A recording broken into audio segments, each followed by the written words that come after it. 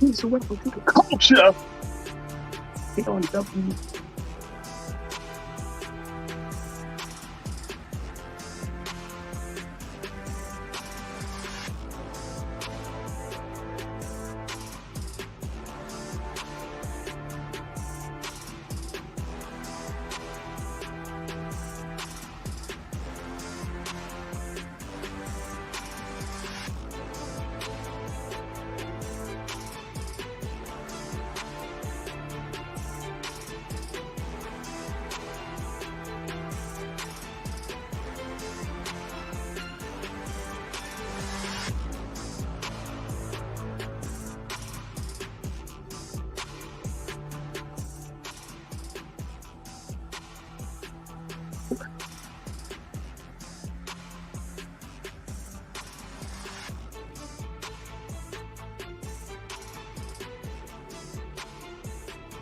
Peace and welcome to the culture right here on the Black Star Network. I'm your host, Farrajii Muhammad. Folks, what a night.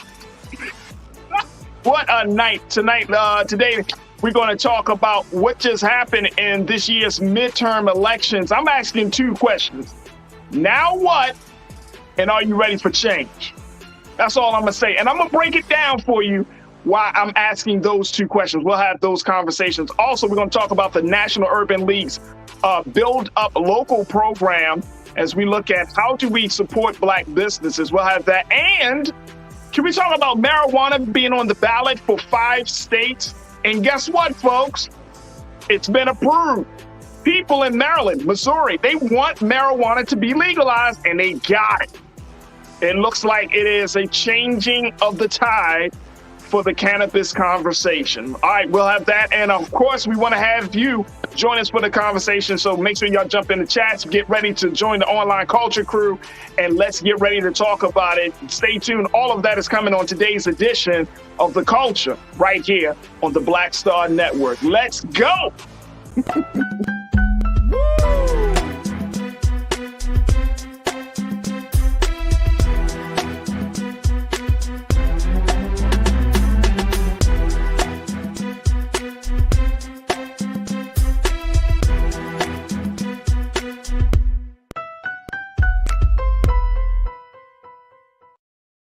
All right, folks, welcome to the culture right here on the Black Star Network. I'm your host, Farrajii Muhammad. Thank you for tuning in and being a part of the conversation, folks. Man, oh man, there were so many things that we need to talk about because of last night. First and foremost, if you had a chance to tune into the Black Votes Matter election night coverage that we hosted here on the Black Star Network, of course, by our curator and founder, Brother Roland Martin, you would know we had the realest, blackest conversation about the election than any other network, than any other place. Man, to say that we had commentators, to say that we had analysis is an understatement. We had, Brother Roland was able to assemble like, he had like an Avengers team of, of thought leaders, scholars, community leaders, activists, political folk. He was able to bring together, and of course, the fantastic team here at Black Star, bringing that show together, which lasted for over 6 hours, folks, of just nonstop coverage, bringing you up to date on races, more importantly, talking about candidates and issues in a way that is relevant to us. So I want to just say, big shout out to Brother Roland. Big shout out to all of those who participated in the panel. I was trying to get on the panel. Folks, it was just, the situation was moving so fast, so many people, so many voices. I was trying to get it on the panel. Didn't make it happen, but I was cool with it because at the end of the day, folks, I'm blessed to still be a part of this great team and this great programming here at Black Star Network. So I'm happy that we were able to hear from so many people, a lot of different voices, a lot of familiar voices.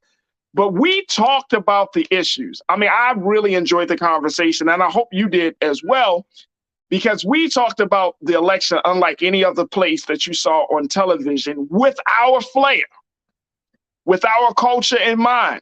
with our understanding of your struggle, my struggle, with our understanding of where we are in our community and where we are in this country, man, it was phenomenal.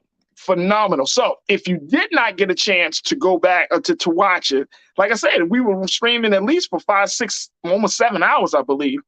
If you did not get a chance to if you did not get a chance to watch it, and big shout out to the team, man. Y'all don't understand the behind the scenes team, like my man King Keenan, Ariel, all of the producers, Carol, like y'all don't understand, like there's a lot to go into work in building this, and to be on par with CNN, MSNBC in a very short period of time, and as long as this network has been in existence, is huge. Absolutely huge. And I'm just so excited. I'm very happy to be a part of the team here. But what you saw last night was a network, a Black-owned media institution, a network deciding to step up to the plate to talk about the election in a way that was needed and necessary. And I'm very, very thankful and grateful. And I'm very, very proud to be a part of Black Star Network.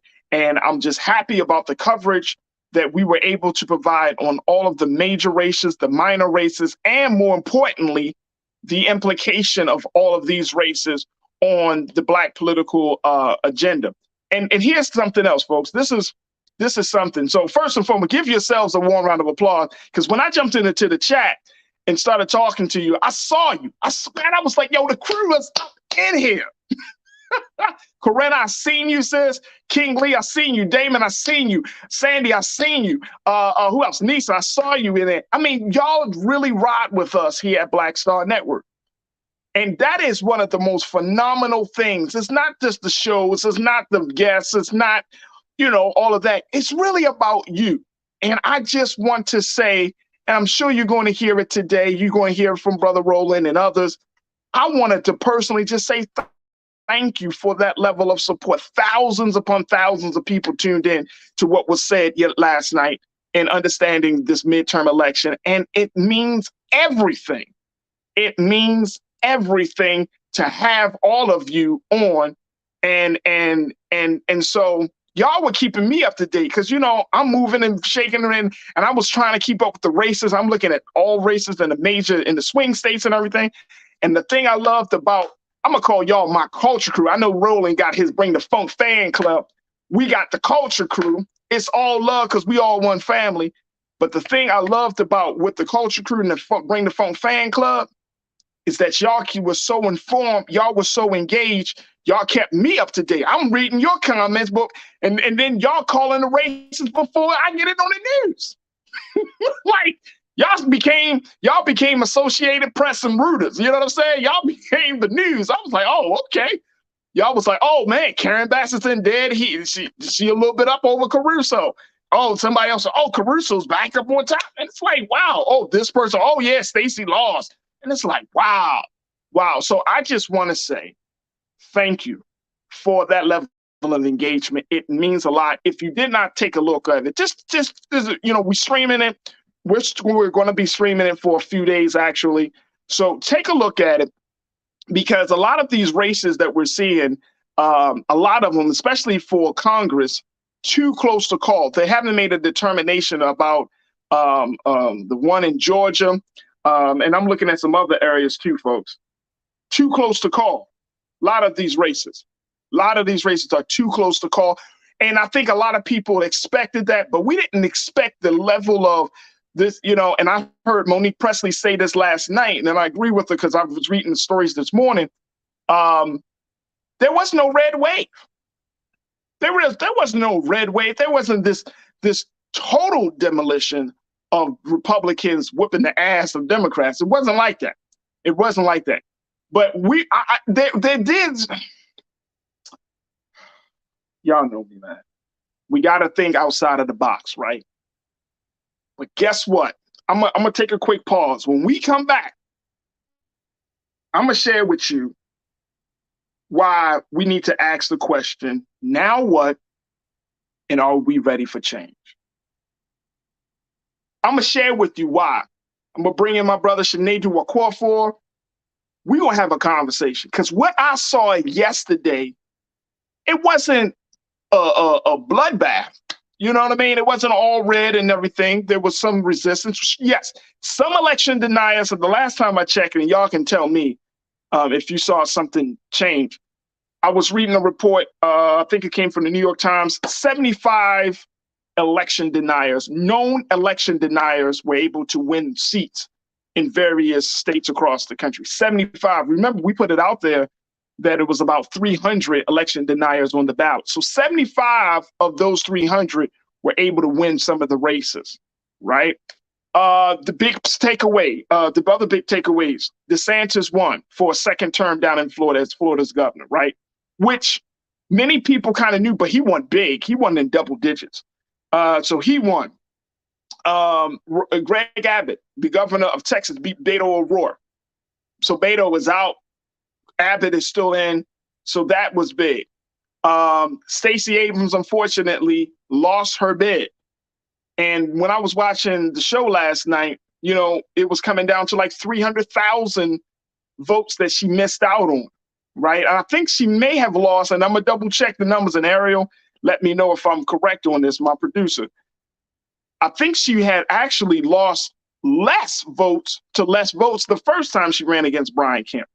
So we're going to double check on that, and get the final numbers. But the fact is, she did lose. It was a race that everybody was hoping that she would win because of a number of factors, right, to bring in some momentum. But it was a hard fought race, and the blame game is coming along.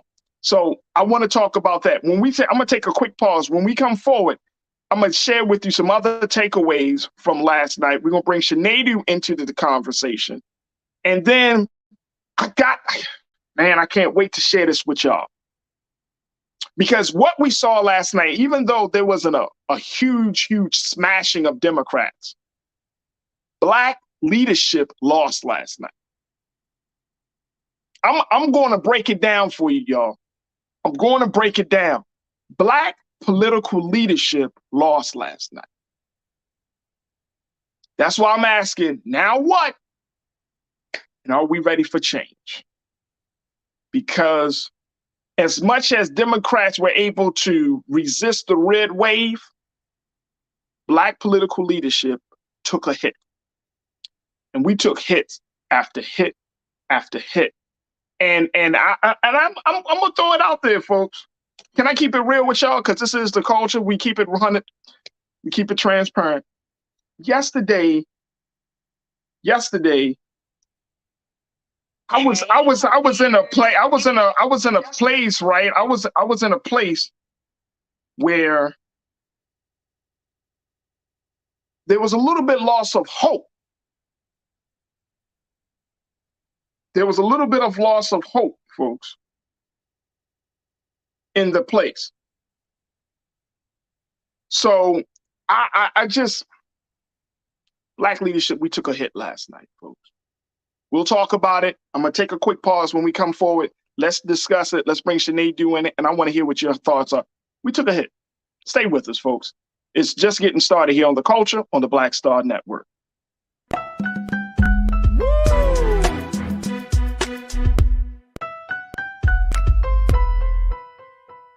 Hatred on the streets, a horrific scene, a white nationalist rally that descended into deadly violence. White people are losing their damn minds.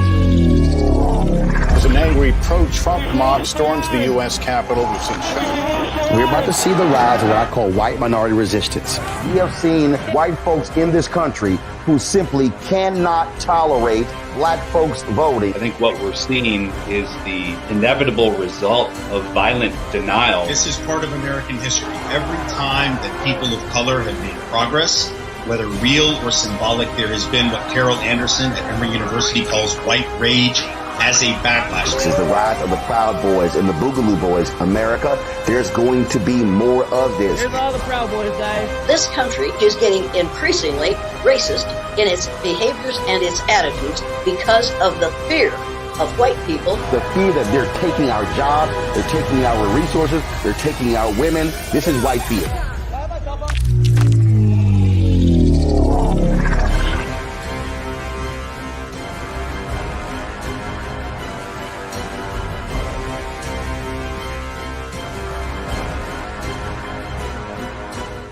When we invest in ourselves, we all shine. Together, we are Black beyond measure. When you talk about blackness and what happens in black culture, we're about covering these things that matter to us, speaking to our issues and concerns. This is a genuine people-powered movement. There's a lot of stuff that we're not getting. You get it, and you spread the word. We wish to plead our own cause. Too long have others spoken for us. We cannot tell our own story if we can't pay for it. This is about covering us. Invest in black-owned media. Your dollars matter. We don't have to keep asking them to cover our stuff. So please support us in what we do, folks. We want to hit 2,000 people, $50 this month, raise $100,000. We're behind 100,000, so we want to hit that. Y'all money makes this possible. Checks and money orders go to P.O. Box 57196, Washington, D.C. 20037-0196. The Cash App is $RM Unfiltered. PayPal is R Martin Unfiltered. Venmo is RM Unfiltered. Zelle is Roland@RolandSMartin.com.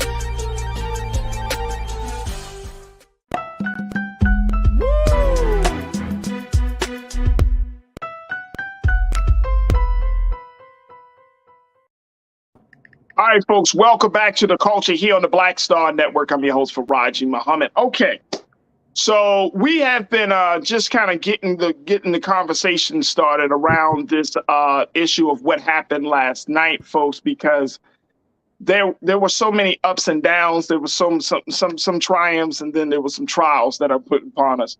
And so, of course, today we want to take a look at this. Let me just go to a lot of what my culture crew is saying. Some of you have already checked in and shared your thoughts about what we're seeing, what happened last night. So let's respect your comment. Let's respect your voice here.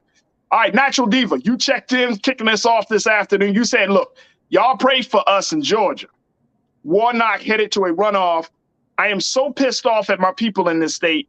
Stacey should have won.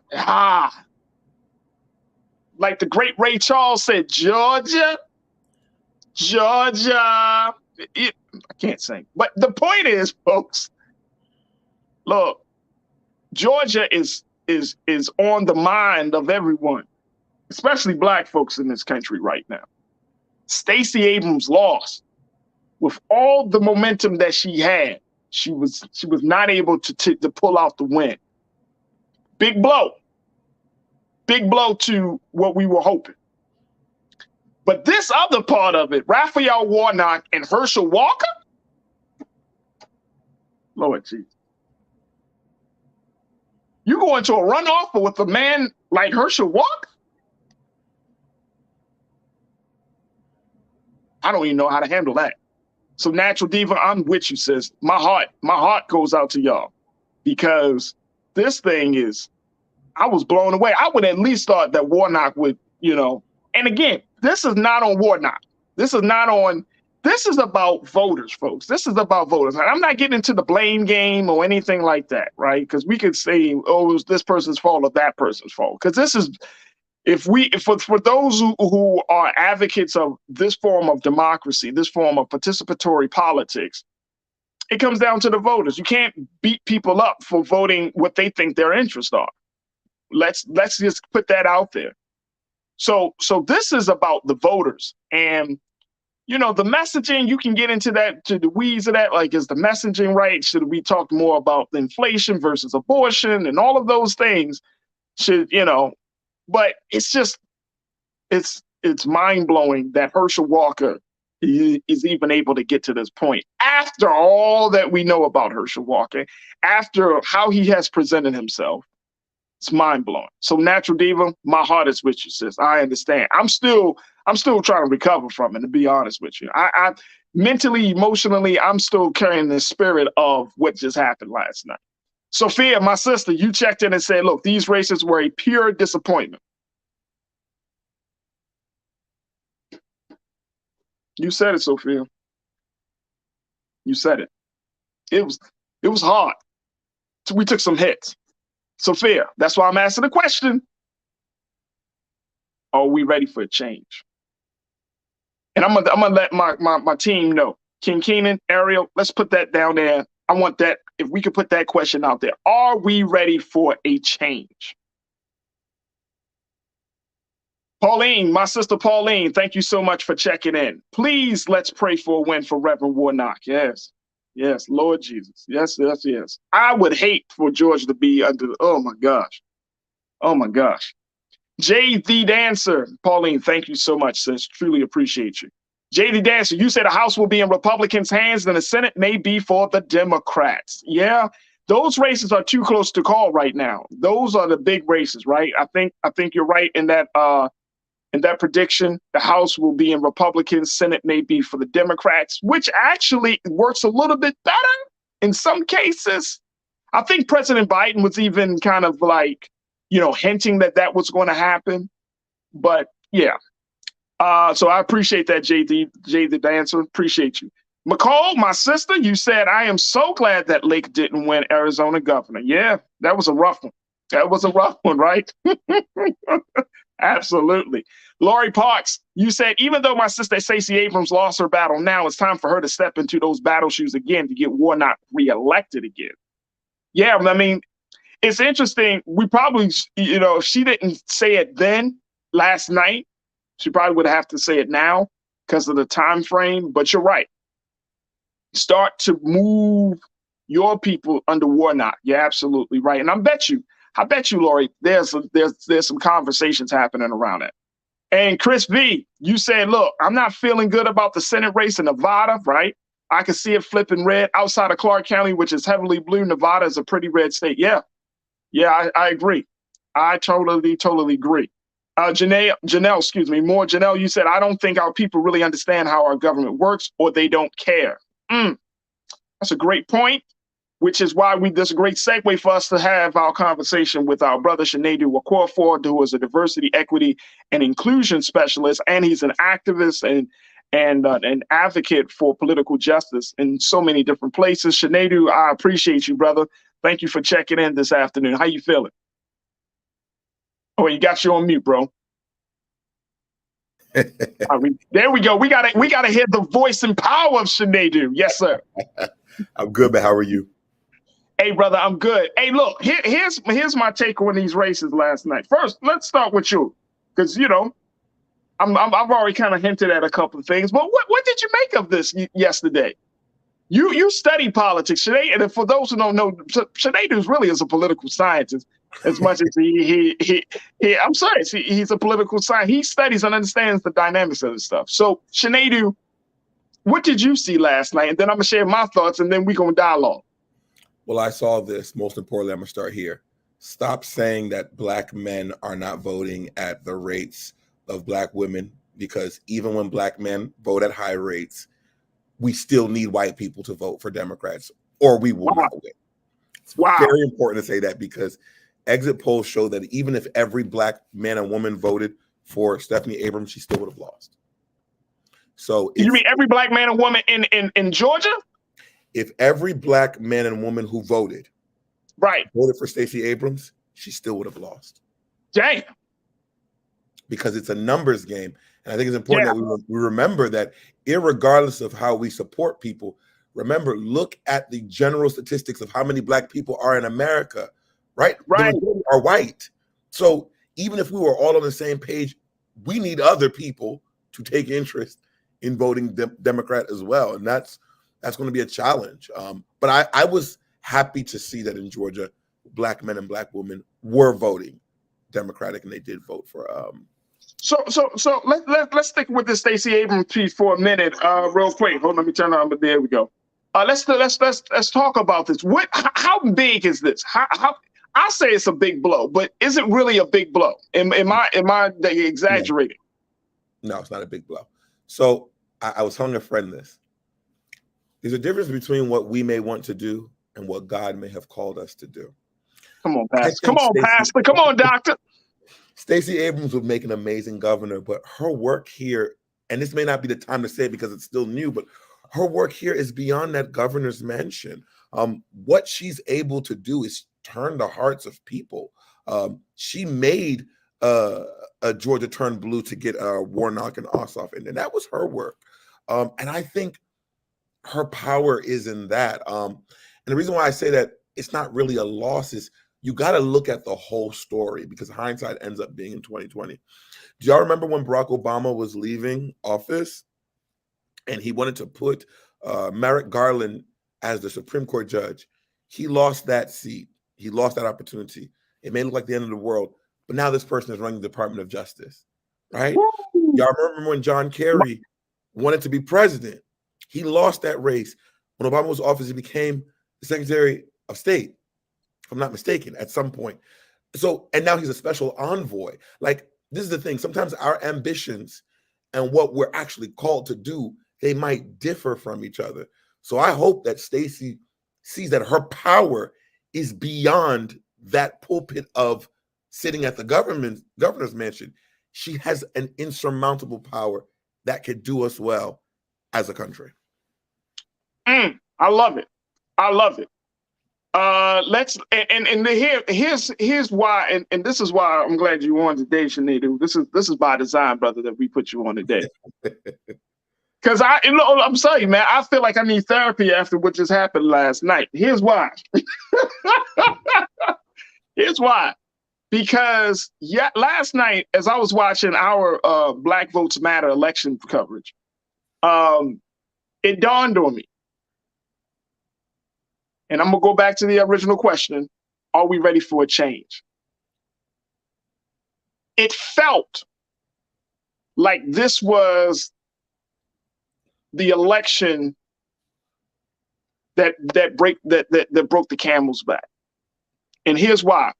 Even though it's not a presidential election, for the past 2 years, we have had more conversations about race, more conversations about white supremacy, more conversations about democracy, right, than we probably had in a very long time in this country. Like we've had reparations is part of the mainstream discussions now. We have had and Black folks have played critical roles in, of course, in all of those struggles, right, all of those issues. But it felt like ignorance served as the dominating factor. And I'm not saying that to throw shade on nobody who voted. I'm talking about ignorance of, like, we are choosing to not see the truth. We're choosing not to see the facts. We're choosing not to believe that we're in this place. Here's why. I'm going to share with people what I saw with this whole election. And I had to, it didn't dawn on me, Sinead, until I started to look at the numbers of everything. I'm about to pull this something up on my laptop here. Out of one Black political leader who was able to gain a victory, and that's for my home state of Maryland, big shout out to Wes Moore. You know what I'm saying? Like, Wes made history last night being the first Black man to be in the governor's role in the history of Maryland. If we had a hand clapping sound, I would play that right now because that was amazing. Came out and he started gunning. So big shout out to my brother Wes Moore. Of course, he's been on here on the Black Star Network. But outside of Wes Moore, this is who I saw. Stacey Abrams out of Georgia, lost. Herschel Walker, Raphael Warnock, both out of Georgia. They in a runoff situation.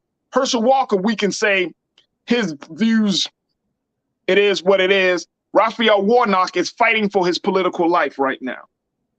Mandela Barnes out of Wisconsin, lost. Val Demings out of Florida, lost. Tim Scott, reelected out of South Carolina. Sherry Beasley, lost. Charles Booker, lost. Something is happening. Something is happening, Sinead. You know what I'm saying? Where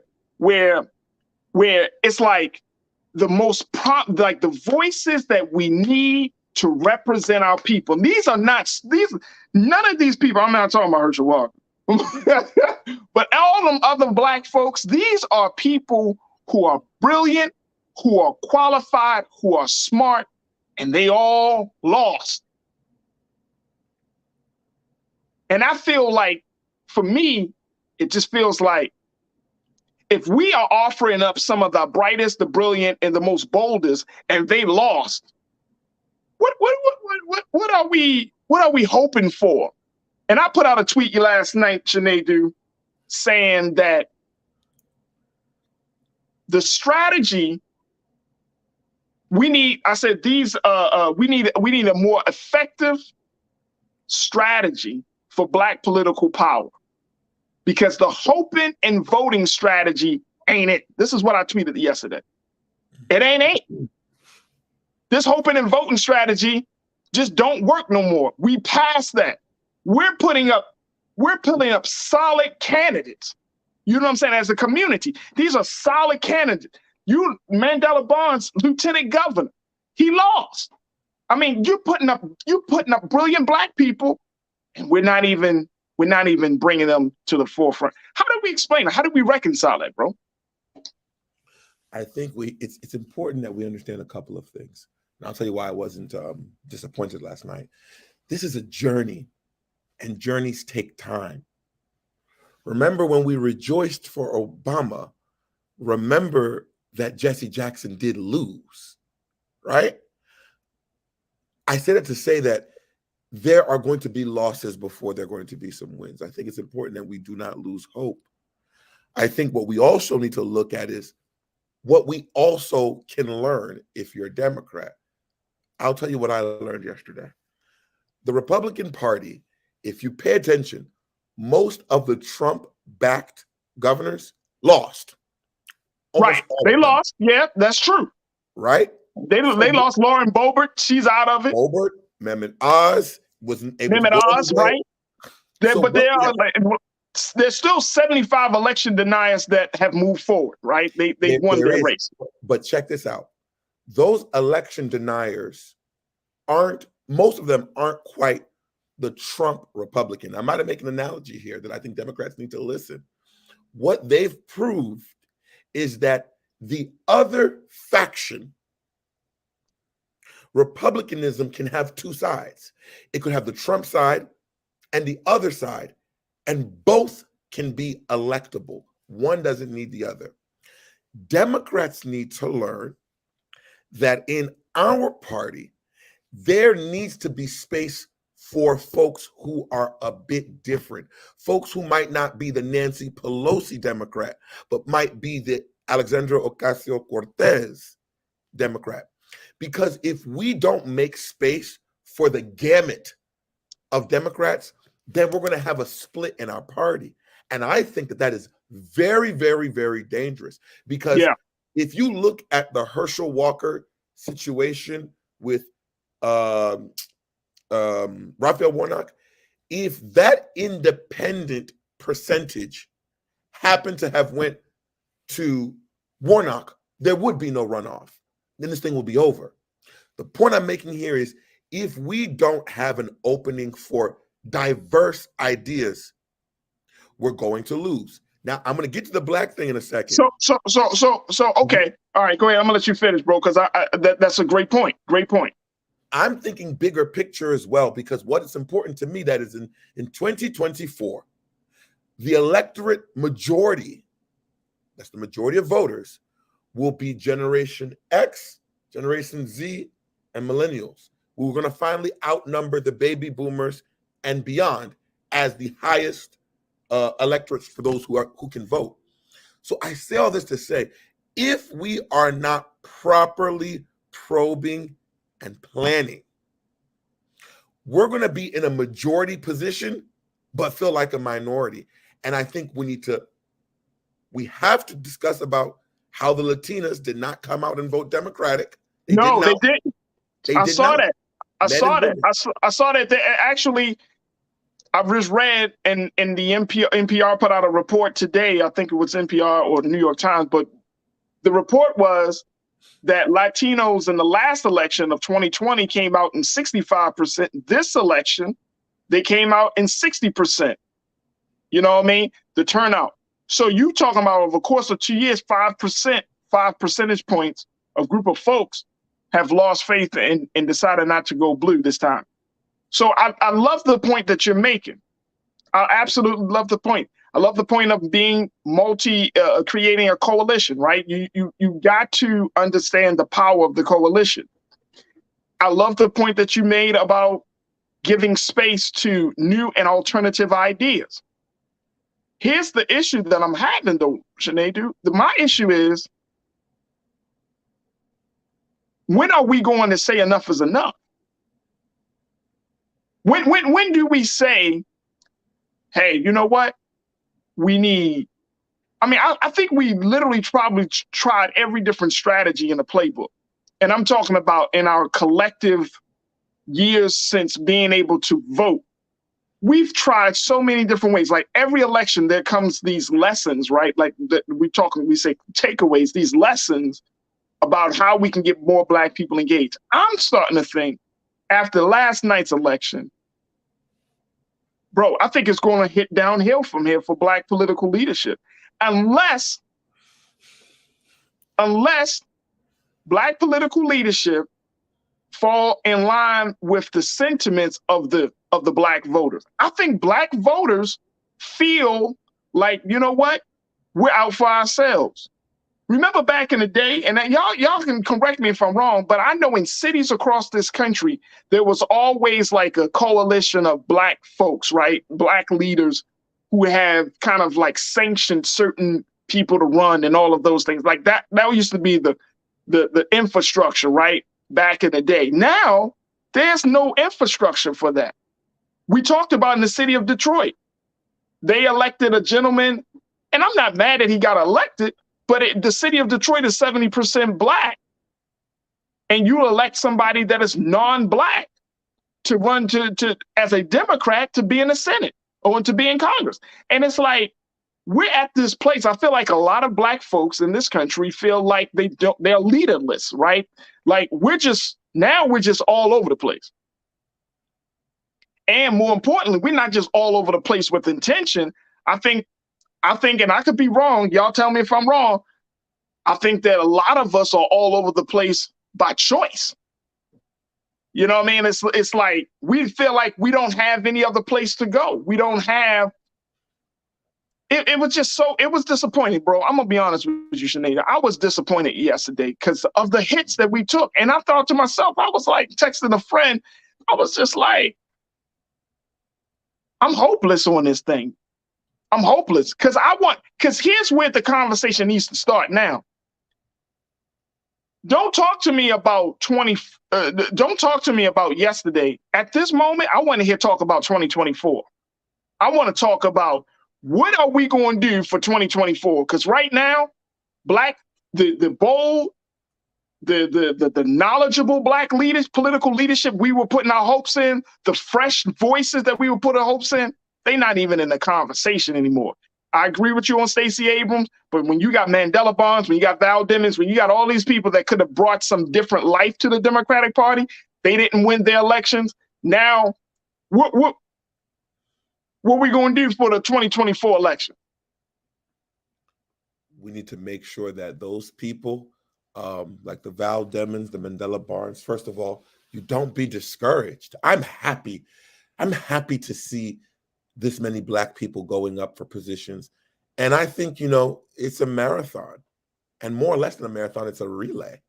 And I think it's important that we don't get discouraged. Like, listen, I don't want to bring race into it, but remember, Joe Biden, I'm going to use him for example. Joe Biden wanted to be president forever. It never happened. I think he tried for how many decades? Had to become vice president twice to a historical first Black president, and then finally eventually get it. Politics is not a win all the first time type of situation. I think in losses, you regroup and you go again. But see, we can't see. That's the thing, though. That's the thing, bro. Like I said, maybe because of the moment, but what do we? And I don't want to sound like a Debbie Downer here, but rain on anybody's parade. I understand the value. I voted. I understand the value of the exercise, but I'm like, we got a very fundamental problem here. It's not even about Black people getting to the polls. It's like, where are the candidates that Black people feel strong enough about to truly support? Like Stacey Abrams, for example, you know, she put out all of this stuff. She was doing this great work in terms of voter education, voter registration. She done all of this stuff. And to your point, it just wasn't enough, right? She got a good percentage of Black folks, but she still needed some additional help. We need additional help. It's for me, it's like the candidates, and what are the issues that we're going to land those candidates on that's going to drive Black folks to feel excited. There's something about what Barack Obama did, right? In the first election and even in the second term. But the first term, he ran on the platform of hope and change. We know that. We love that. We embrace that.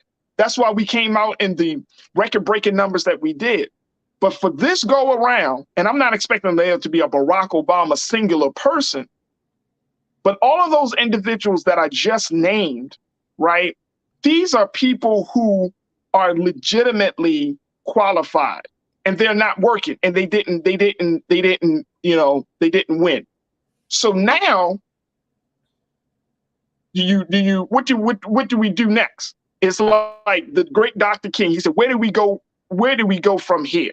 Right? He poses that question. That's the thing. And for me, it's not going back to the Democratic Party per se and be like, okay, guys, try this one more time. Because I don't believe, and based upon the conversations that I see in our chats each and every day, I think Black folks are just at this point. We're like, okay, we did try to do our best. It didn't work out. Yo, we need to really think about it. I'm seeing people say literally new strategy. New strategy. What's the new strategy? We only just need a new strategy. We need a different type of candidate, right? That Black, and we need some forces to start to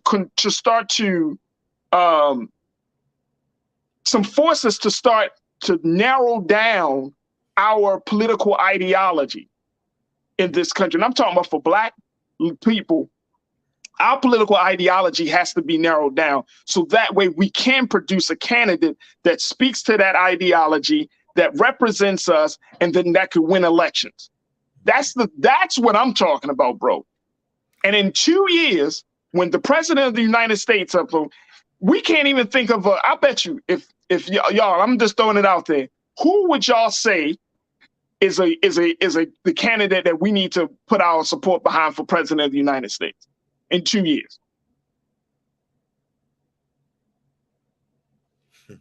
Put in the chat that you really believe that is like speaks to not just Black America, but that can speak to some progressive values, that can speak to the change of the culture. Democrats are going to have some very hard conversations, man. They're going to have some hard conversations because we may see the turnout in 2024 to be less than what we've seen in this election, certainly less than what we saw in the last presidential election. And if y'all talking about, since the president's talking about preserving democracy, man, you better help to raise the hopes of Black folks. You know, as I said to you before, I have been thinking a lot, and I said, what if we stop thinking about the voting process and think about the places that we are losing at, and what do all these places have in common? Do you know what all these places have in common, Farrajii? What? They're all in the South.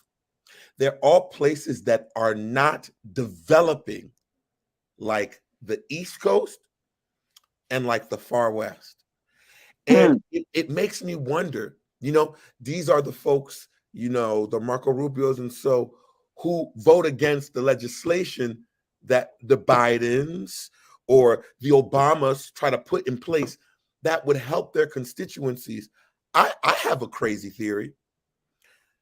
Maybe if employment and education infrastructure were fixed in these places, there could be a vast influx of different people who choose to vote differently. Because look at Texas. Even though Greg Abbott won, for Texas to be as red as it is, Beto O'Rourke came pretty damn close, as far as I'm concerned. Yeah. But also pay attention to what's going on in Texas. It's having a new tech boom.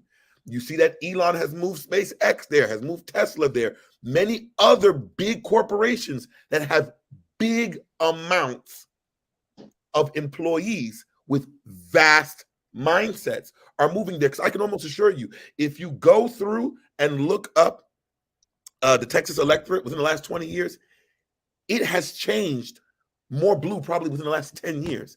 What has happened in Texas within the last 10 years? The type of business that is coming. So this is just a thought. Maybe if because the issue with the South, I campaigned in the South for Jamie Harrison in South Carolina. And let me tell you what I saw. White people have made a deal with themselves that they would rather be in perpetual poverty forever than to let somebody black or Democratic govern them. And that's the point, bro. See, that's the point. That's why we got to have a different strategy, because just that point alone shows you the seriousness of it. Marco Rubio, Ron DeSantis in Florida. I mean, they're tearing up Florida. You know, Constitution has become fodder. You know what I'm saying? And it's like these guys are back in the seats. This is concerning. This is very, very concerning. You know what I mean? And I think, you know, just to that point that you made about, you know, like we have to do more. We have to, but I'm for something different and effective. I don't mind doing more. And I know many people are checking in and say, well, what about Westmore? He'll be just getting in the seat in 23, y'all. Y'all got to keep this in mind. So he's not going to run for president in 24. He'll just be starting in 23. So that he's out of the picture. Maybe 4 years from now, he might be a consideration, right? Depending on how that thing go. But he's just getting in the seat. But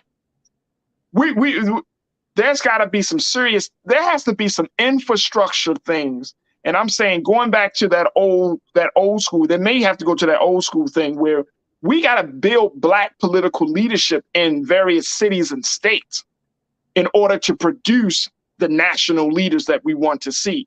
That's how you saw an Al Sharpton or Jesse Jackson and others. They came out of those spaces where black political power was always built on a local level, on a state level, and then naturally it transformed into a national situation. That's the part I think we need to do to get the ball rolling. The Democrats ain't going to do that, bro. The Democrats are not going to build power bases for black political leadership on a local and state level. I think we need to be very careful with this black thing, and I'm going to tell you why I say that. Because every time we say we need to do better for black, the Republicans just pull out a black person out their ass and say that, oh, look, he's black too. They did that with Herschel Walker. When Obama ran, they did that with Herman Cain, going against Obama. When what's his name was in office, they did that with Trump was in office, by bringing Ben Carson, very intelligent black man, but did not have the testicular fortitude to actually serve for any of our needs, has no political acumen whatsoever.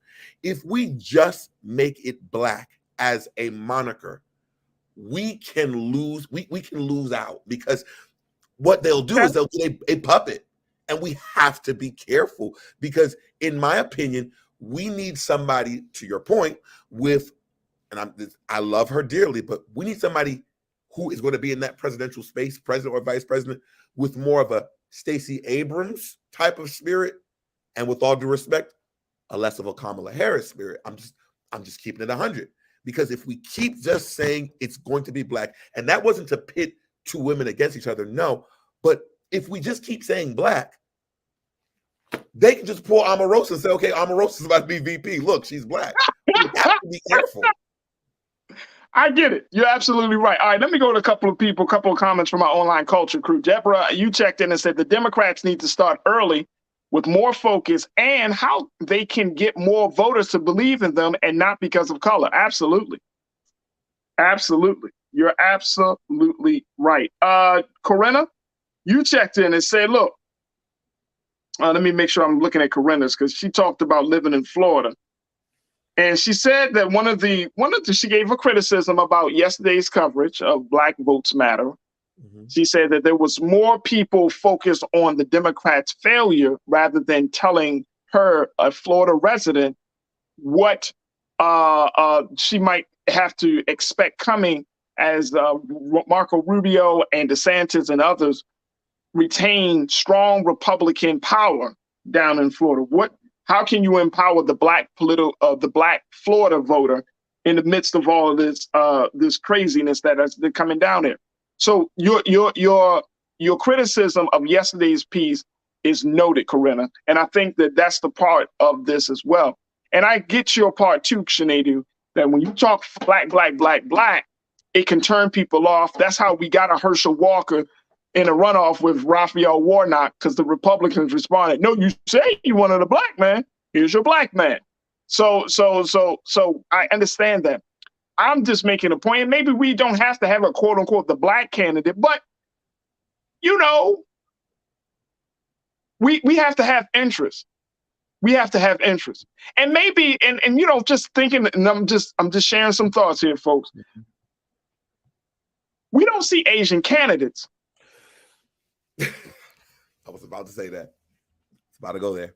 Y'all with me on this one? Y'all ride with me on this one. We don't see Asian candidates, but you got Koreatowns in some of your most powerful cities.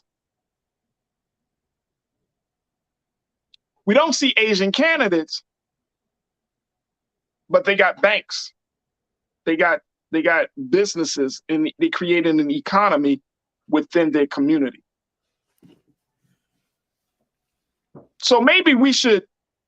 We have been focused on representation a lot, especially in our struggle, right?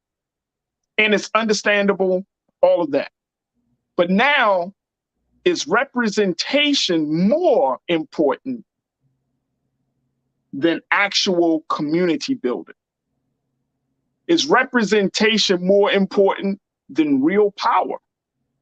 Because when Asian, whether you're from Korea, whether you're from Japan, when they come into the room, they come from a place of power. And I'm just using this as an example. You see what I'm saying? Because I'm thinking about, we have some Latinos, right? But we understand that Latinos have power by their numbers, by their voting habits, right? We understand that. Even if we did something like, in Sinead, you probably will appreciate this, and so, like the brothers and sisters from the islands, the Caribbeans, Haiti, and other parts of the islands, bringing them into it. We don't see a lot of that representation, but they got power. They got power. So now I'm not sure, Sinead, and I'm in this part of the conversation. I'm not sure if we should be emphasizing representation. I want to emphasize black power. And black power could include other marginalized communities, but we do understand that there needs to be black political power. Political doesn't necessarily mean being a part of the participatory structure. It could also just simply mean that our interests are going to be considered, our interests are being discussed, because we wield power from other places and not just from the ballot box. I'm just throwing this out there, y'all. Sinead, I'm just throwing this out there, bro, because I'm trying to process all of that we are feeling. I'm trying to take in what you're sharing, the insight and the brilliance of what you're sharing, the insight and brilliance from our culture crew. I'm trying to process where I am on this thing. I'm talking about power, not just representation. I'm talking about power, folks. Sinead, what's your final word on that, bro? My final word is exactly what you just said, and I was on my way there. Sometimes, y'all, software is as important as hardware. Sometimes we don't always need to be the representation for ourselves. We could have surrogates, like you just said about there's never a whole bunch of Asian politicians or whatever, but they make sure that their interests go into every room. And I think that is how we need to organize. The same way we say that Biden couldn't win this election without black people, without what Clyburn did for him in South Carolina, that's it. We already have it. I don't think we're properly using it, because after we get people where they need to be, we need to remind them If these demands aren't met, we'll make sure you don't get back here.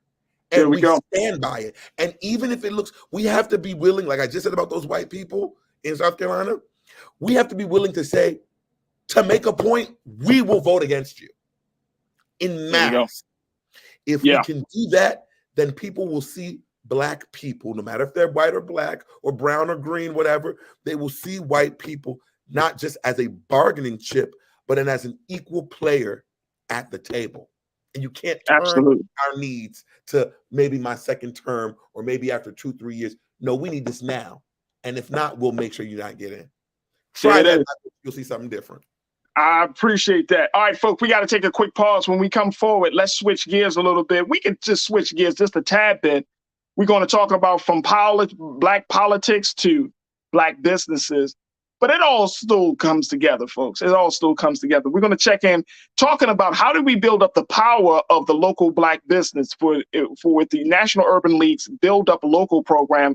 We're going to be checking in with our sister, Renee Johnson, who is a senior advisor in public-private strategies to give us some insight about how do you build the power of Black businesses. So stay with us, that conversation, and we'll continue to have the conversation about politics because guess what? Marijuana was on the ballot for 5 states yesterday. And guess what? It's moving forward to becoming used, not just for medicinal purposes, but also for recreational purposes. So we'll have that conversation. So stay with us. A lot is coming at you in the next hour of The Culture here on the Black Star Network.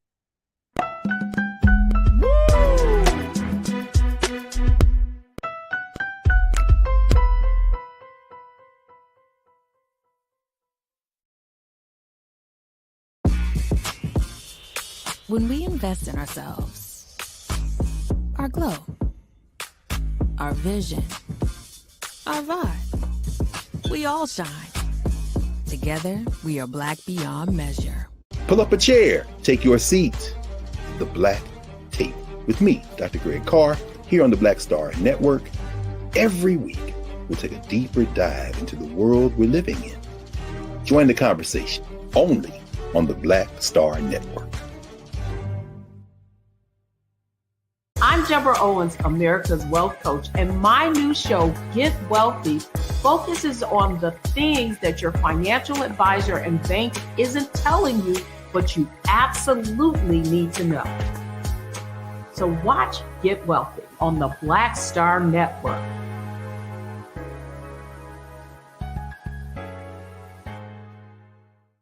Hi, I'm Dr. Jackie Hood Martin, and I have a question for you. Ever feel as if your life is teetering and the weight and pressure of the world is consistently on your shoulders? Well, let me tell you, living a balanced life isn't easy. Join me each Tuesday on Black Star Network for A Balanced Life with Dr. Jackie.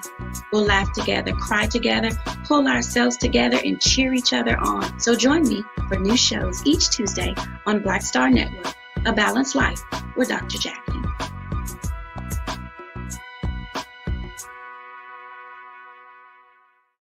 When we invest in ourselves, we all shine. Together, we are Black beyond measure.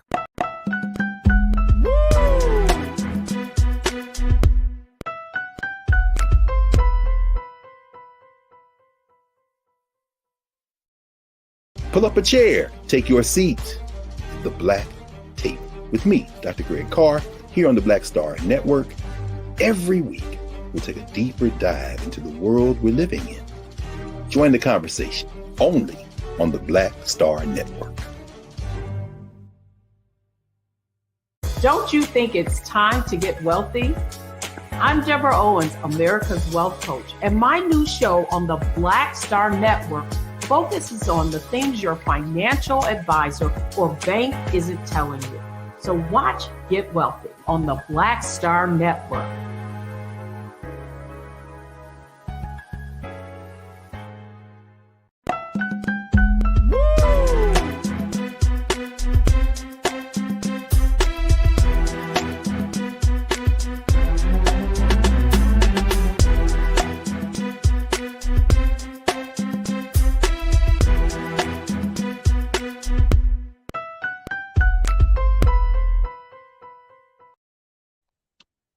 Peace Peace and welcome back to The Culture here on the Black Star Network. I'm your host, Farrajii Muhammad. Thank you so much for tuning in and being a part of the conversations as we're having the second hour of this discussion, folks.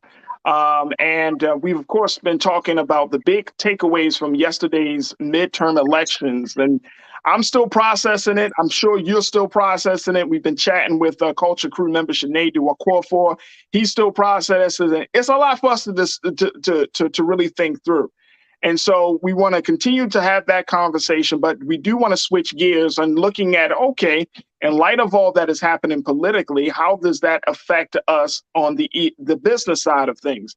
And the National Urban League, which is one of the nation's premier civil rights organizations, of course, has been on the front lines, both more importantly, behind the scenes in legal cases and in advocacy work. It has put together a program called Build Up Local, which is a program that is designed to help small businesses to thrive, especially in very uncertain times and economic uncertainty such as this inflation that we're still a part of. So here to talk to us a little bit about the effort of the NUL and more importantly, the implications of politics on business and of course on not just our vote, but also on our wallets is Renee Johnson. Renee is a senior advisor for public-private strategies. And we're happy to have Renee join us. Renee, thank you so much for your patience, sister, for this. But we thank you so much for joining us today. This is, you came on a day, Renee. Renee, you came on a day. Well, I'll preface with this, and you don't know this. November 7th is my birthday. So happy birthday. Yeah, this is my life. So as a kid from elementary school through college, through law school to now, this is what I do. So it's not a birthday celebration. It is how am I going to help make an impact on the world? So I was born to do this, is what I say. Wow. You were born to do something for the people and for the culture. Is that what you're telling me, Renee? That's what I do. I was born for this moment. I appreciate that. In a moment, we're bringing Sinead into the conversation. But first, I wanted to kind of give people some background on the work that you're doing, because you've been doing this for a long time. And you've been working in both private and public sectors and in a lot of different spaces. But you're serving as a senior advisor for this initiative that is the National Urban League, the National Minority Suppliers Development Council, which is NMSDC, and Public-Private Strategies Institute, the company you're working for. To talk about this release of this first phase of Build Up Local, which is a one-stop shop for business owners in systemically excluded communities of color to learn about resources and programs made available through the Infrastructure Investment and Jobs Act. This is the big bill that President Biden signed with the approval of Congress. Trillions of dollars are at stake. And more importantly, I think the big takeaway is what is going to be the future of small businesses and small Black businesses in America, right? Yes. And, we're coming up on a year of that signature, right? In the past. Wow. And it'll be next week, right? November 15th. So I'm just blown away. The time is flying. Okay. Yes. It's a lot of symbiotic things within time and within the month of November. And so with that said, we're coming up on this year. People need to know that a lot of money has gone out the door. But where has that money gone? Who has gotten those contracts? And then also what states are releasing funds currently? Well, I'm pretty sure a lot of you out here want to know, how can you get access to those contracts? What state, if you live in a certain state, is my state putting that money out the door? There are places like in New Mexico or Arizona where they are actually starting projects and actually almost completing some.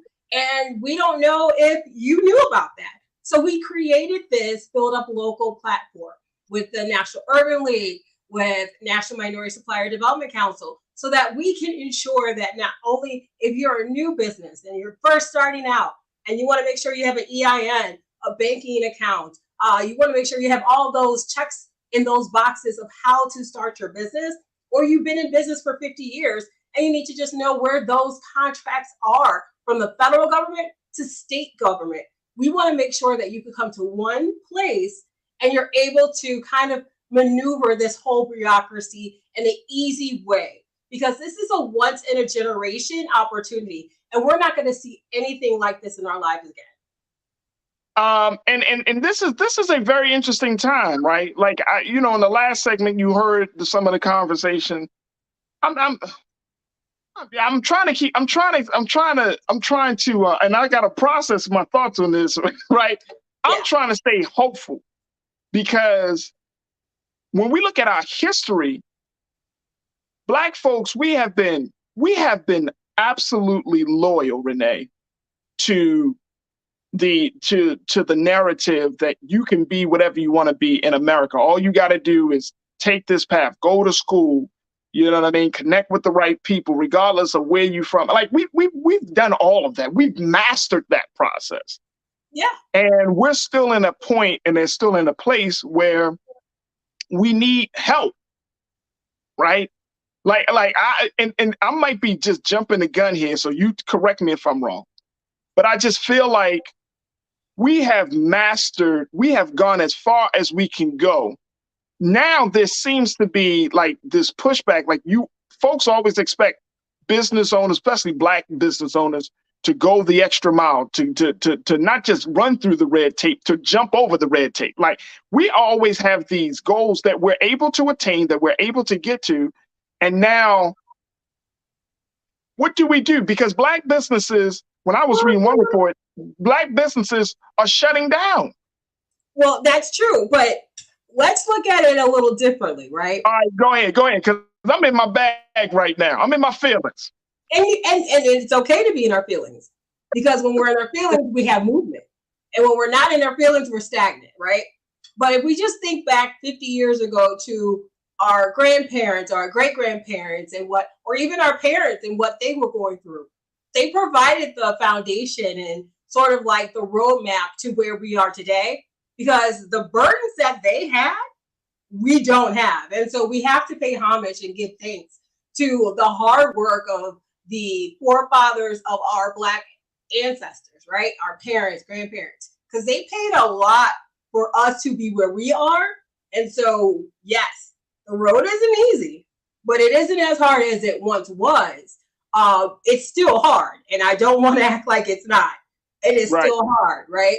But with all those changes that we have overcome, how do we then connect to one another throughout the country, throughout the universe, if you will, to ensure that we're helping each other, so that we're lessening the barriers for each other? And that's why we have these things like this platform, because we want people to connect. We want people to find solutions, resources, opportunities, engage, be networked into each other, so that you don't have to have this hard road. There's someone who's already paved it, right? So let's find someone who's already done the groundwork for you, so that you can say, hey, I just need to get to my next step. I want this. I need this for my business. And I want to focus on the thing which is what I do good at, my business. If I sell widgets, I'm good at that. I'm not good at accounting. So how do we connect people in our community to ensure that they have the proper resources so that they can thrive? And that's the step we're at now. That is awesome. Sinead, I want to bring you back into the discussion, bro, because we know that Black businesses, are hurting. And one of my online culture crew members, Renee, you don't like my music, he said that Amazon is crushing Black, just a small business. So Sinead, what's your take on what Renee is sharing and the importance of it? And then if you could talk about, the changing business landscape where people are moving from their business from the storefront to online retail. First of all, Renee, so good to be with you and be on with you. Funny enough, when I worked for Morgan State, I used to work in the department that dealt with the minority business and small business reserves. And it is unfortunate. First of all, it's amazing to see how much resources are out there for small and minority businesses. There is so much going on as it pertains to Black businesses.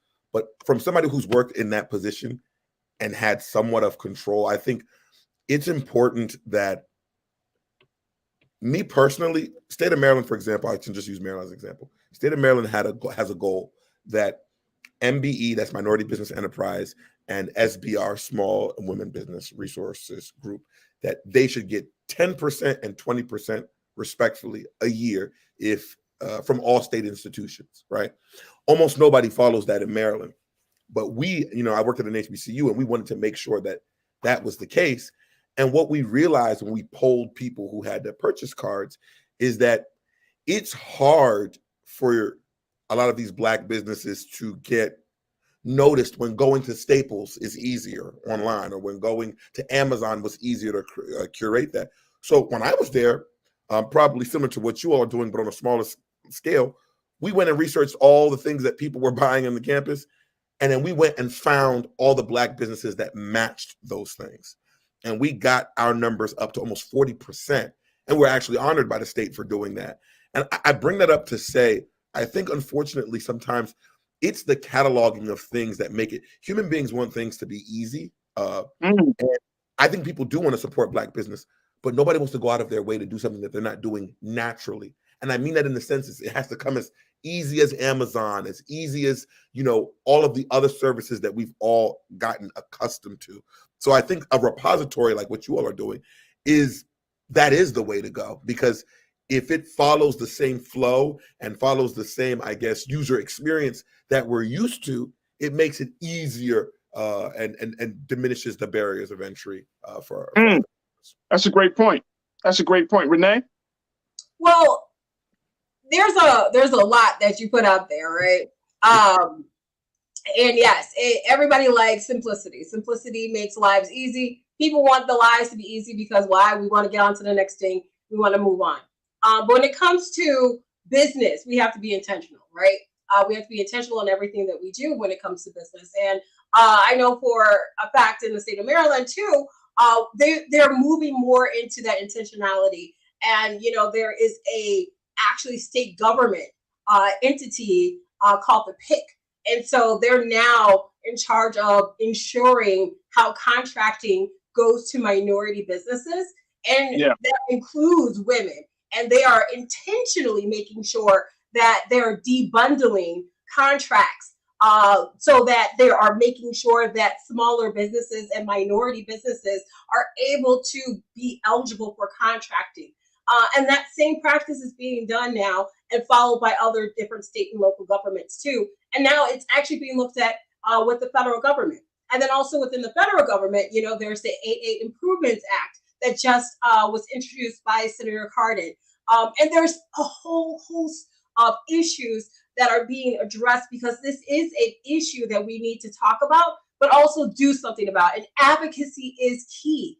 A federal MBE designation that you're talking about is standard too, something that we should be talking about, which is creating a destination that creates minority business enterprises, right? So that way we are creating a standard for minority businesses. So all of these things will create sort of opportunities to decrease the racial wealth gap, which also are part of why we need minority businesses, and particularly like we're talking about today, Black businesses.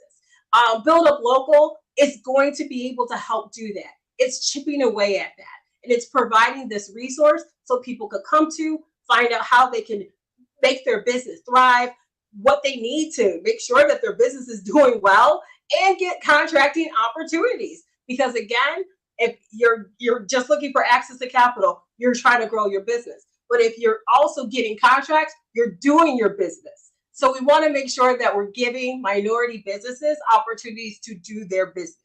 And that's what we want people to do. So we want people to go to builduplocal.org today, sign up, because it's the first phase, so that you can stay tuned to all of the contracting opportunities that are going to start rolling out. You want to be engaged. You want to know what's coming up, because it might be your business that wins a contract, right? For a state or local or federal government agency. And you might be able to help your community thrive as well in the process. Renee, talk to us about where should we put business and economic development in the respect to all some of the other major issues that afflict Black America, right? I remember, I know we've had conversations on this show that people have said, hey, we can get a lot further along if we opened up our own businesses, right? Like that level of economic development. But as a person who's been in these spaces, who's a part of the business community, is that an accurate place to start, considering all of the other stuff we got on the table facing us and the possible opportunities that we could take advantage of to move further along? Should we just say, okay, economic development, Black business ownership is a great place to start? I don't think that for the movement, we can only focus on one thing, right? Because how is that moving anything? What we need to be doing is having those that are good at that, doing that, right? And those who are able to help move the agenda and advocating and being the leaders in the community to help those who would like to be a part of it, doing so.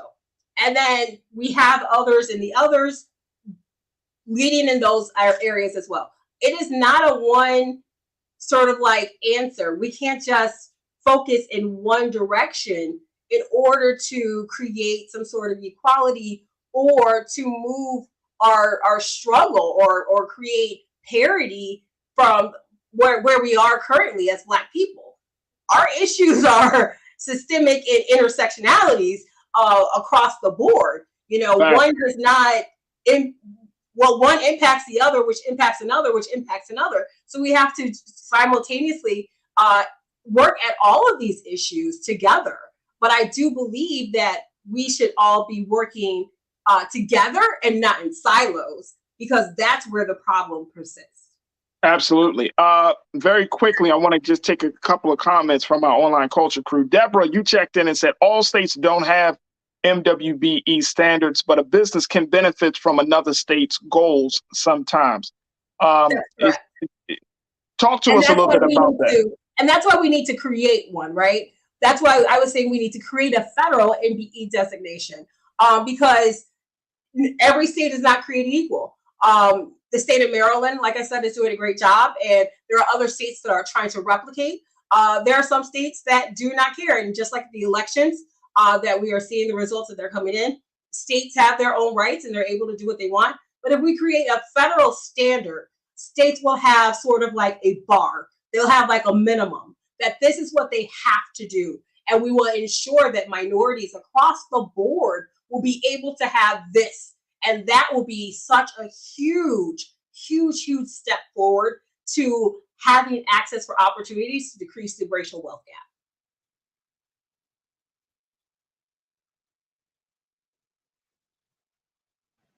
I think you're on mute, Farrajii.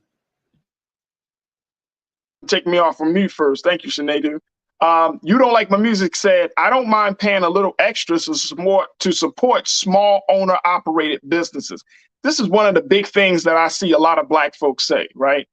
We want to support Black businesses. We want to support small businesses, but then the prices are too high. And then Black folks are like, nah, dog, I'm not paying a little extra. Go ahead, Sinead, you want to add to that? Yeah, I'd like to pile on after you. Sure. Okay, we go. That's perfect. I was going to say I don't think that's true, and I think what we should do is give honor to what these businesses charge, right? Because the moment Beyonce started talking about Telfar, no one had a problem paying whatever Telfar charged, right? But when it's if somebody else is starting a small business that are making purses and they say they're charging $200-300, all of a sudden it's like, oh, that's too expensive, and da-da-da-da. But then if a celebrity attaches their name to it, all of a sudden it's proven to be self-evident.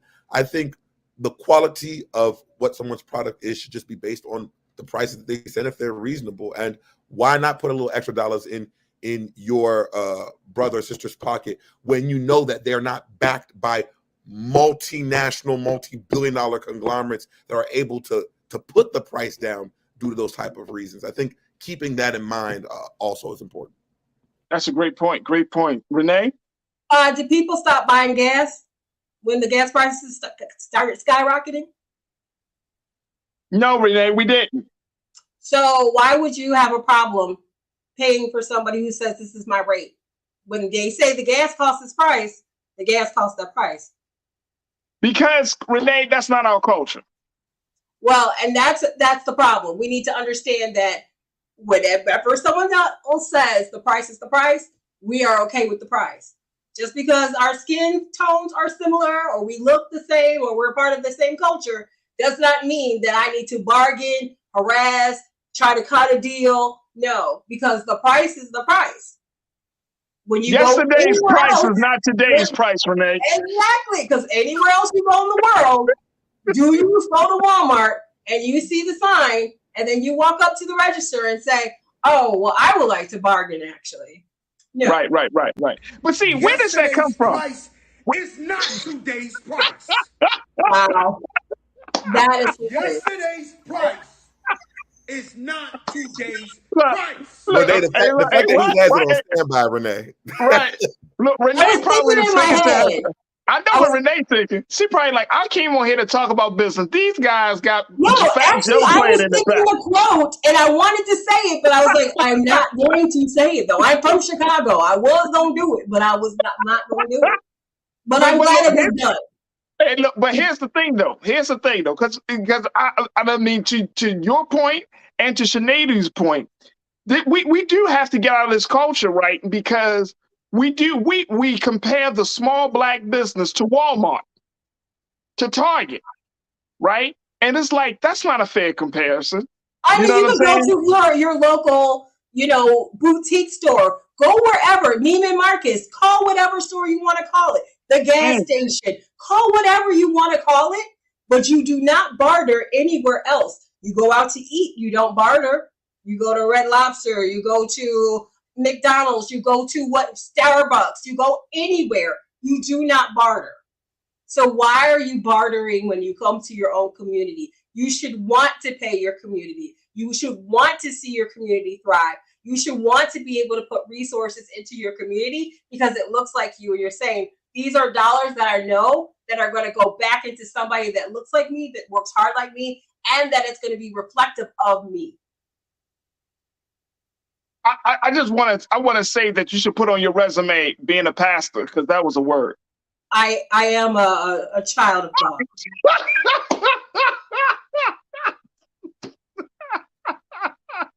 Thank you.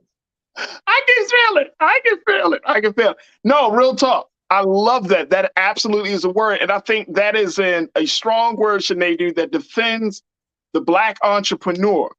Because I feel like more than any other entrepreneur, the Black entrepreneur, you already going through all of this trials and tribulations of bringing a product and service to the market, right? You go through that. Then you got to deal with now people looking at you and say, well, you Black and I'm Black.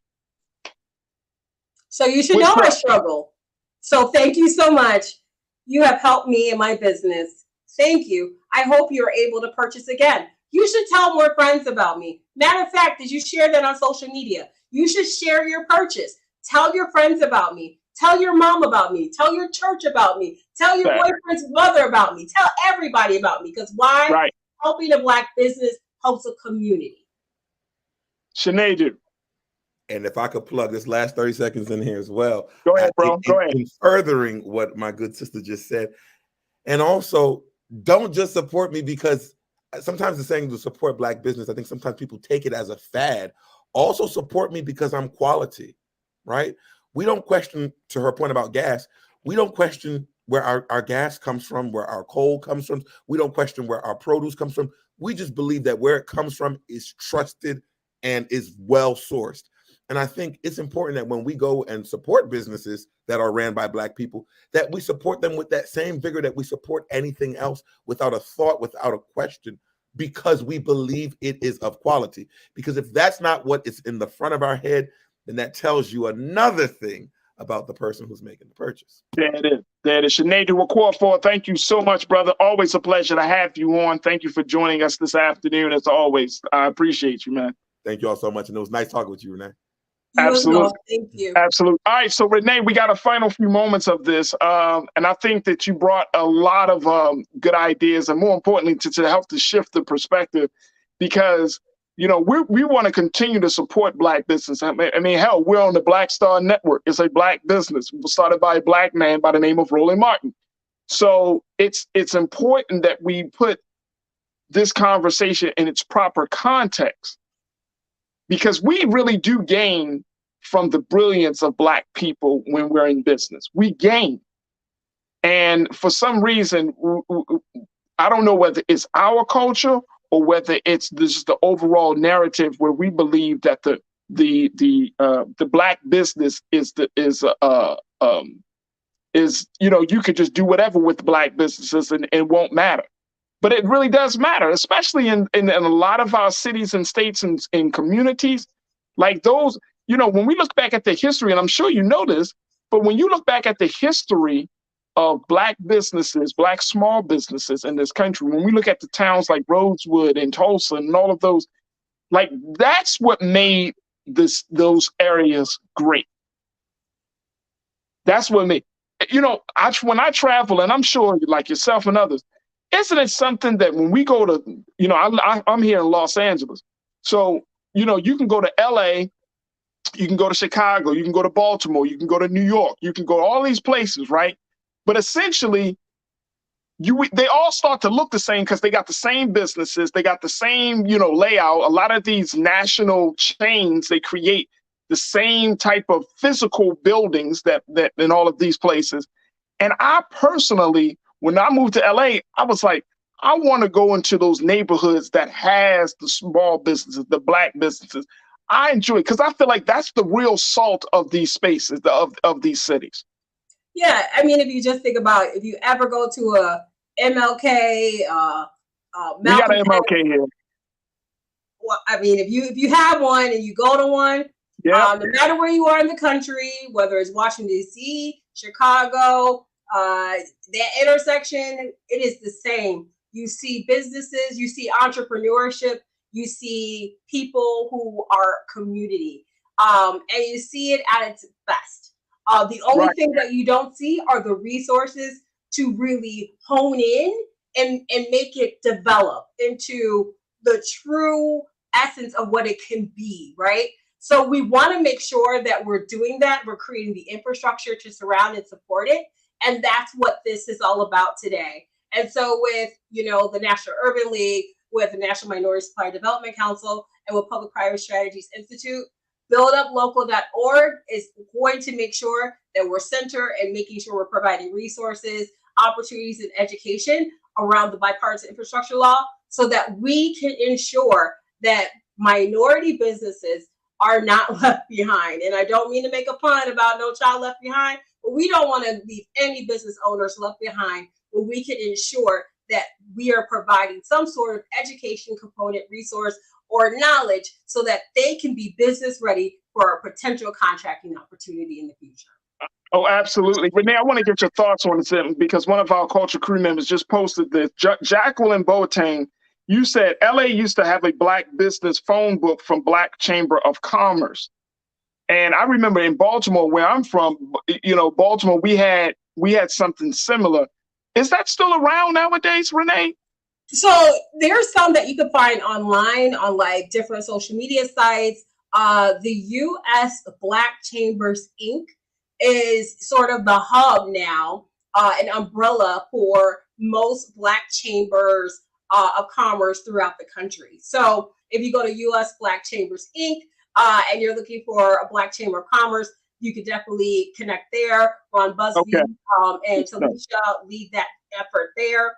But also you can go to National Urban League. They have entrepreneurship centers, and you can connect with them. And then also the National Minority Supplier Development Council has a certification process as well, so that you can certify your business, so that you can get access to contracting opportunities too.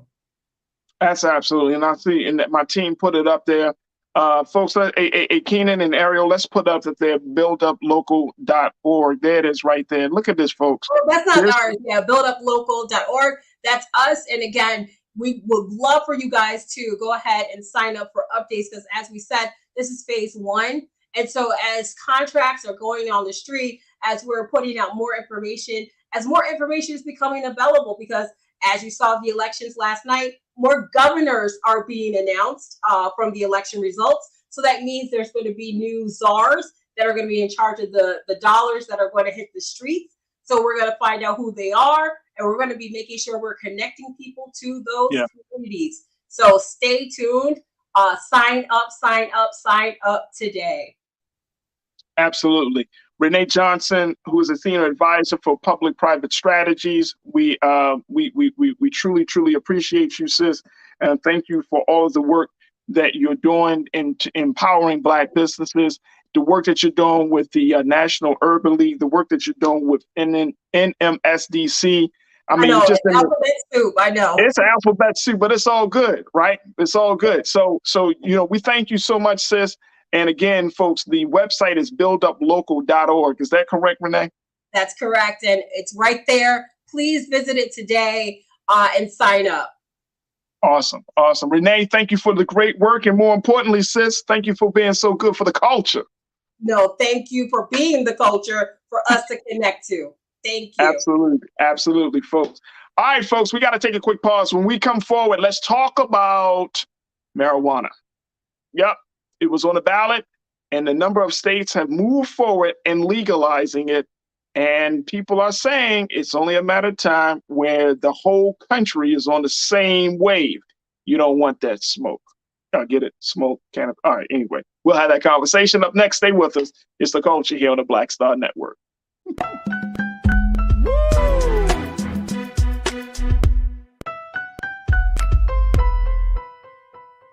Hatred on the streets, a horrific scene, a white nationalist rally that descended into deadly violence.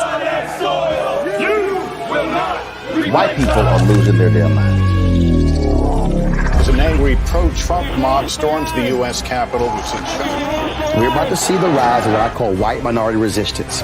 We have seen white folks in this country who simply cannot tolerate Black folks voting. I think what we're seeing is the inevitable result of violent denial. This is part of American history. Every time that people of color have made progress, whether real or symbolic, there has been what Carol Anderson at Emory University calls white rage as a backlash. This is the rise of the Proud Boys and the Boogaloo Boys. America, there's going to be more of this. Here's all the Proud Boys, guys. This country is getting increasingly racist in its behaviors and its attitudes because of the fear of white people. The fear that they're taking our jobs, they're taking our resources, they're taking our women. This is white fear.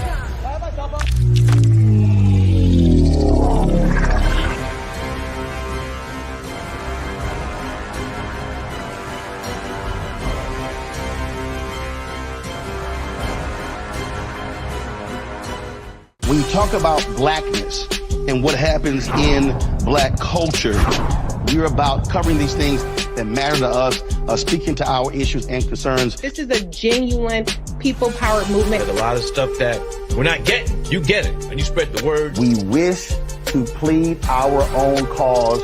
Too long have others spoken for us. We cannot tell our own story if we can't pay for it. This is about covering us. Invest in Black-owned media. Your dollars matter.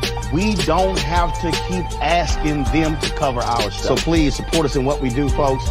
We want to hit 2,000 people, $50 this month, raise $100,000. We're behind $100,000, so we want to hit that. Y'all money makes this possible. Checks and money orders go to P.O. Box 57196, Washington, D.C. 20037-0196. The Cash App is $RM Unfiltered. PayPal is R Martin Unfiltered. Venmo is RM Unfiltered. Zelle is Roland at RolandSMartin.com. When we invest in ourselves, we're investing in what's next for all of us. Growing, creating, making moves that move us all forward. Together, we are Black beyond measure. Hi, I'm Dr. Jackie Hood Martin, and I have a question for you. Ever feel as if your life is teetering and the weight and pressure of the world is consistently on your shoulders? Well, let me tell you, living a balanced life isn't easy. Join me each Tuesday on Black Star Network for A Balanced Life with Dr. Jackie. We'll laugh together, cry together, pull ourselves together, and cheer each other on. So join me for new shows each Tuesday on Black Star Network, A Balanced Life with Dr. Jackie.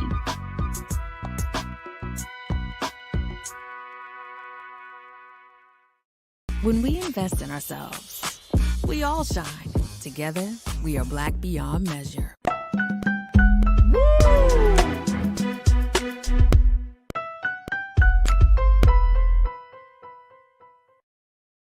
All right, folks, welcome back to the show. All right, let me talk now. I'm going to share with you. We're going to get this is just the beginning conversation around the issue of marijuana being on the ballot for a number of states across the country. This is beginning. Like this is part one, because I wanted to have this conversation just with you to get your take on this as we for the final few minutes of the show.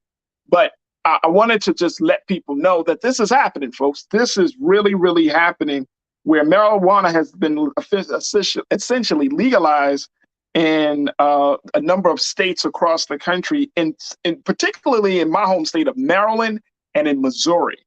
The marijuana laws are set to be loosened for over 12 million Americans, folks. 12 million Americans. Now, in the state of Maryland, they approved the legalization of marijuana. Check this out, folks. Remember, we had Iman on just Tuesday to talk about Westmore and cannabis and weed. I said, weed in West. All right. 65% of voters in Maryland voted for it after 2/3 of the state's votes were counted by early Wednesday morning. So when the question that was posed on the ballot was, do you favor the legalization of the use of cannabis by an individual who is at least 21 years of age on or after July 1st, 2023 in the state of Maryland? So people came out and said yes in historic numbers. Wow, huge. Missouri, their ballot measure was extremely close as votes were counted late Tuesday. However, with a 99.9% of votes in early Wednesday, that ballot measure was passed with 53% support. That ballot measure will remove bans on the purchase, possession, consumption, use, delivery, manufacture, and sale of marijuana for personal use for adults over the age of 21. The initiative will also impose a 6% tax on retail sales of recreational marijuana. Arkansas voters, however, rejected the legalization of marijuana on election day. North Dakota defeated its ballot measure to legalize marijuana as well. It's the second time in 4 years that voters have rejected an effort on the issue. A similar North Dakota measure failed in 2018. Also, South Dakota, their voters also appeared of rejecting the legalization of marijuana. Wednesday morning, 99% of their votes counted. Opposition to the measure sat at 53% with support at 47%. So there hasn't been an official call on the race there, but they're looking like they may not be able to get it. All right, so I want to hear from you. Let me hear what your thoughts are around this. In terms of the marijuana legalization, there was about 5 states that put it on the ballot this year. I think that we're going to see more come the next midterm election. So let me know what y'all think. Now I see some of you. You don't like my music. You said finally a way to get stoners to the polls. That might be it. Brother King Lee, my guy, you said that why don't we put real health care on the ballot? That's what we really need. I hear that. Chris V, you checked in and said, look, I remember when marijuana got legalized out here, felt like I smelled weed outside for 6 months straight when that went into effect. Okay. Michelle Ray, you checked in and said, in the state of Maryland, yes, we did that. I'm not a smoker, but when has weed ever hurt or killed anyone such as alcohol? Ooh. Okay. All right. Let's see what else. And I want to get your thoughts on this, folks. Marijuana being on the ballot, what's your take on it? And Jamila, you checked in, Jamila Johnson, you said folks are already hooked on weed. Yeah, a lot of people are. Rodman, you checked in and said, look, I don't smoke, but I would vote for it every time I see it on the ballot. Let's go Florida. So I don't know. I mean, are we saying that we're in support of it? Are we in support of what we're seeing right now? Are we support of marijuana being on the ballot across the country? As of right now, marijuana is considered to be what they call federally, it's considered to be, I want to make sure I'm getting this right, folks. It's considered to be a substance 1, a Schedule 1 substance. That's how it was classified. And so it's still illegal at the federal level, but it's classified as a Schedule 1 substance. But people are saying, and the data is showing that people are loosening their views around marijuana. Vic Abrams, Vic, you my guy, you said I smoke and vote. But Texas is too slow in progress. Ain't that a truth? Y'all didn't put Beto in there. It's too much. Texas probably like, nope, it's too much. We can't handle all this progression. But yeah, big shout out to you, Vic. Thank you so much, sir, for checking in. Let's go back to the chat and hear what more folks are saying. Because I mean, this is going to be, and like I say, we can talk. I wanted to at least start the conversation looking at the politics of it. I want to bring back on our cannabis doctors, for her to talk to us about the implications of something like this. How do we handle moving forward? It's a big situation. Big situation. All right, you don't like my music. You said I don't see it as a health issue, but rather a criminal justice issue. So you're absolutely right, bro, because I remember there are a few state's attorneys around the country. Marilyn Mosby from Baltimore is one, that have decided not to move forward with prosecuting people for marijuana possession. Now, you'll remember, too, President Biden, how he said that he wanted to change the laws around marijuana possession because he felt like it was discriminatory to Black men in particular. So the vibe is that cannabis is slowly becoming more and more acceptable. Hotep Pan Africa, you say, I support handling it as we do alcohol. However, we have had many problems with children accessing alcohol. Yeah, we have. And I think that's one of the things, Hotep, about putting an age requirement on it. So that way it doesn't become a thing. But yeah. If parents are letting their child smoke some weed, though, that's another problem, y'all. That's a whole different problem right there. If you are letting your child, if you know somebody that is exposing a small child to weed, that's a big problem. Big problem. All right, let's go back to getting some more thoughts on this. Chris V, you said I don't smoke, but you said I don't smoke, but I voted to legalize it when the bill was on the ballot. Hopefully we can get to a place where we can decriminalize it at a state level. Absolutely. Yeah, absolutely. So hopefully we can find ourselves in a different place around it. Hopefully. But this might just, Iman mentioned this on Tuesday, that this may be a way to get people to the polls, especially young people to the polls, right? But at the end of the day, folks, this thing has such big implications because of the criminal justice element to it, because of the business side to it, right? Because, there is an ongoing conversation that Black folks in particular, we can't open dispensaries. We've got to go through much more red tape than white dispensary owners, right?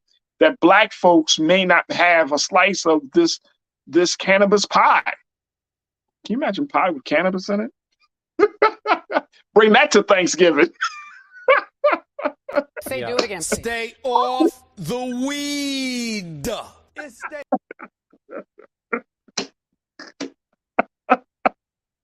Well, I gotta love my crew, man. Bring that to Thanksgiving, right? Imagine a cannabis pie. Oh, Grandma be like, "Oh, baby, this tastes a little different." Yeah, Grandma made it just right. Yep, just use some of the magic ingredients you've taught me. Oh, baby, I hope you did. I hope you did.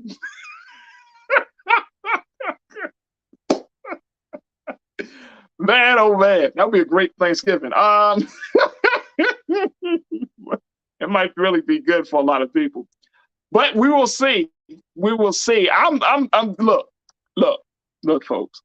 We are living in a situation right now where this type of ballot measure, like putting cannabis on a ballot measure, like you really can see it. And I don't know about y'all, but I'm really looking across the country. There are forces for progressive policies, and then there are forces for old school policies.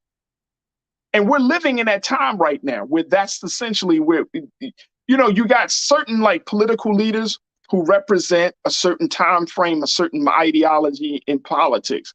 But then that's why I think that even with certain black political leaders, you know, when we get into those progressive spaces, like you got to slow walk that. You got to slow walk. And marijuana is just one of those issues where, you know, we know about the criminalization side of it. We know about that. We're all too familiar with that. But then you also have this other thing where you're like, if we legalize it, are we opening the door for, and I'm not saying that marijuana automatically leads to heavy drug use. No, not at all. I'm just making a point that, you know, what are we opening ourselves up to, especially in the Black community, where unfortunately it is through our pleasures. Let me just say that. It is through our pleasures that we often find ourselves slaves to. Y'all feel me on this? It's through our pleasure. So whether it's drinking, whether it's through cannabis, whether it's through sex, whether it's through like the things that please us the most might be the thing that serves as one of our main challenges and detriments. Woo! Carmen, you checked in and said, I don't smoke, but everyone that I know that does is cool. Carmen Soto, thank you so much for checking in on that. You know, Molly Z, you said deep talk right here. Yup. Yeah.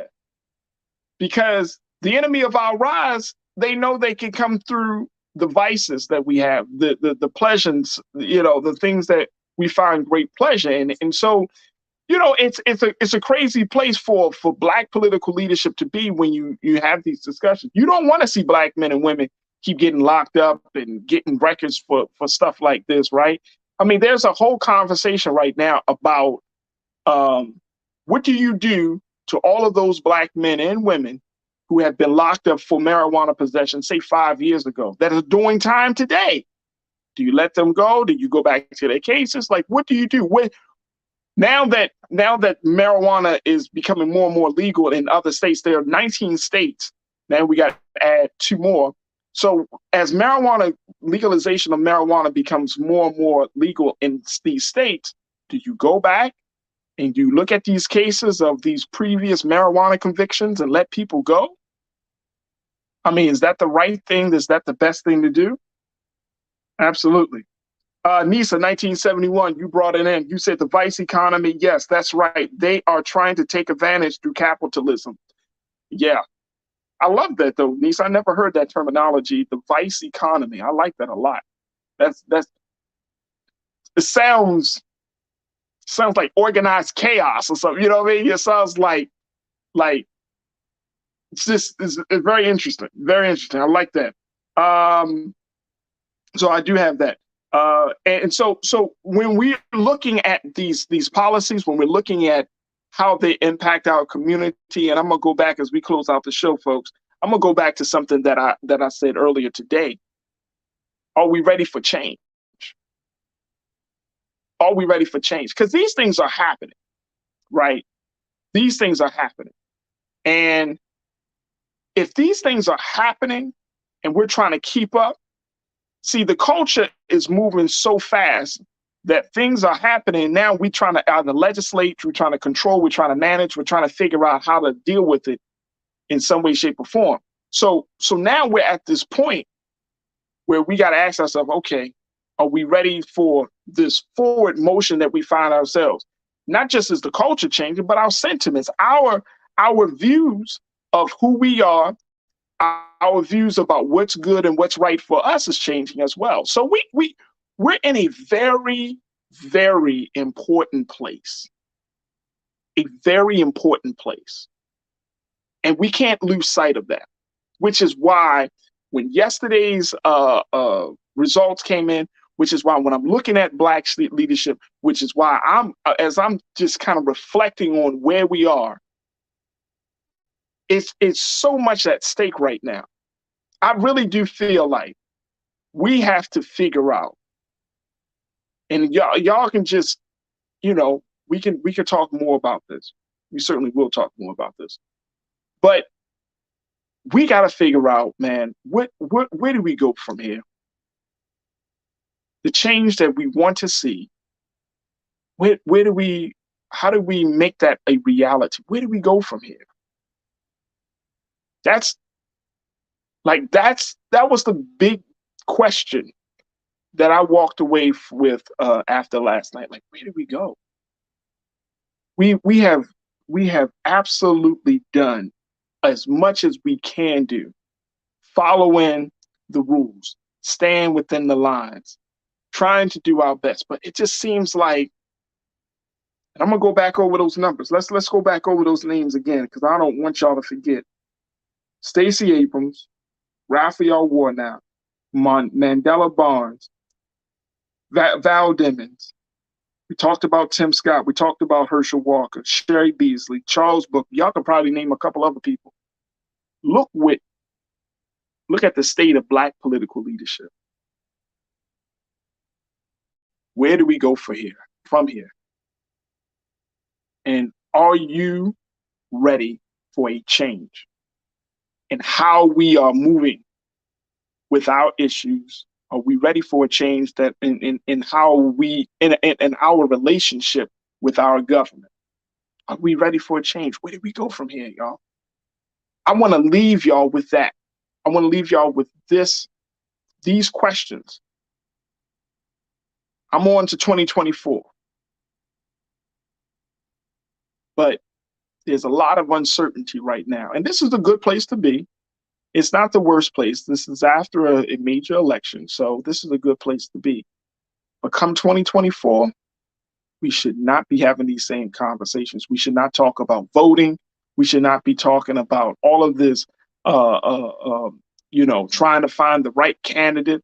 We should not be talking about, well, what's the issues affecting the Black agenda and all of that stuff. There should be some clear, definitive path that should be laid out that we can kind of just start to walk. I'm just tired of us being all over the place. I'm tired of us being all over the place, man. So I appreciate each and every one of you. Let's keep these questions in mind. Over the next couple of days, we're going to have some more conversations about the elections. Of course, tomorrow we check in with Hassan Giordano, Mr. Politics, to kind of get his take on this. But folks, we got a lot to think about. Black political leadership took a hit last night. And as a people, as a nation within a nation, as a constituency, we got to figure out, where do we go from here? What's next? All right, folks, I thank y'all for tuning in. I thank you. I thank my very special guest, Renee Johnson. I thank Sinead for checking in with us. I thank my dynamic team, King Keenan, Ariel, Joel, my control room. Thank you, thank you, thank you. And always, I thank each and every one of you for joining us for the conversation. Look, check us out on blackstarnetwork.com.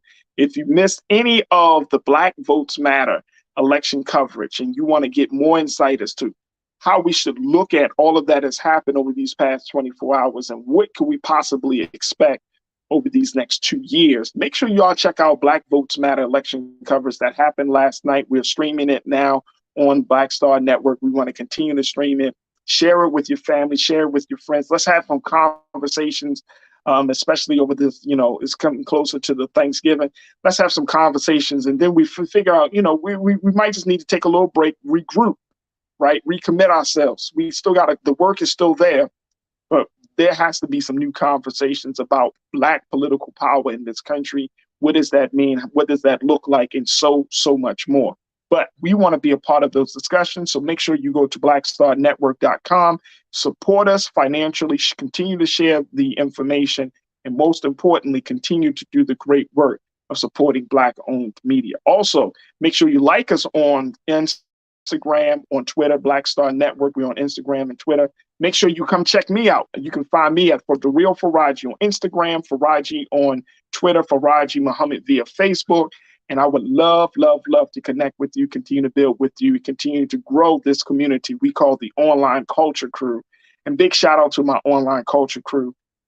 Thank you so much for your continued support. I was so just happy to reconnect with y'all last night and just to go through this moment with you. Just to go through this moment. There are a lot of other places you can go to get election coverage. There are a lot of other places you can learn about the state of our democracy, right? There are a lot of other places where we could talk politics, but you decide to do all of that with us here on The Culture. And I'm extremely and humble, forever grateful and greatly humbled by that. Let's continue to build the community, and let's continue to do the great work that we've been called to do. So thank you, thank you, thank you. Stay tuned. Up next is RMU, Roland Martin Unfiltered at 6 p.m. Eastern Standard Time. And remember this, folks, never be afraid to challenge what's wrong. Stand for what's right while being yourself in the process. God willing, we will talk tomorrow for another exciting edition of The Culture right here on the Black Star Network. Thank you so much for tuning in. Have a great evening. Peace.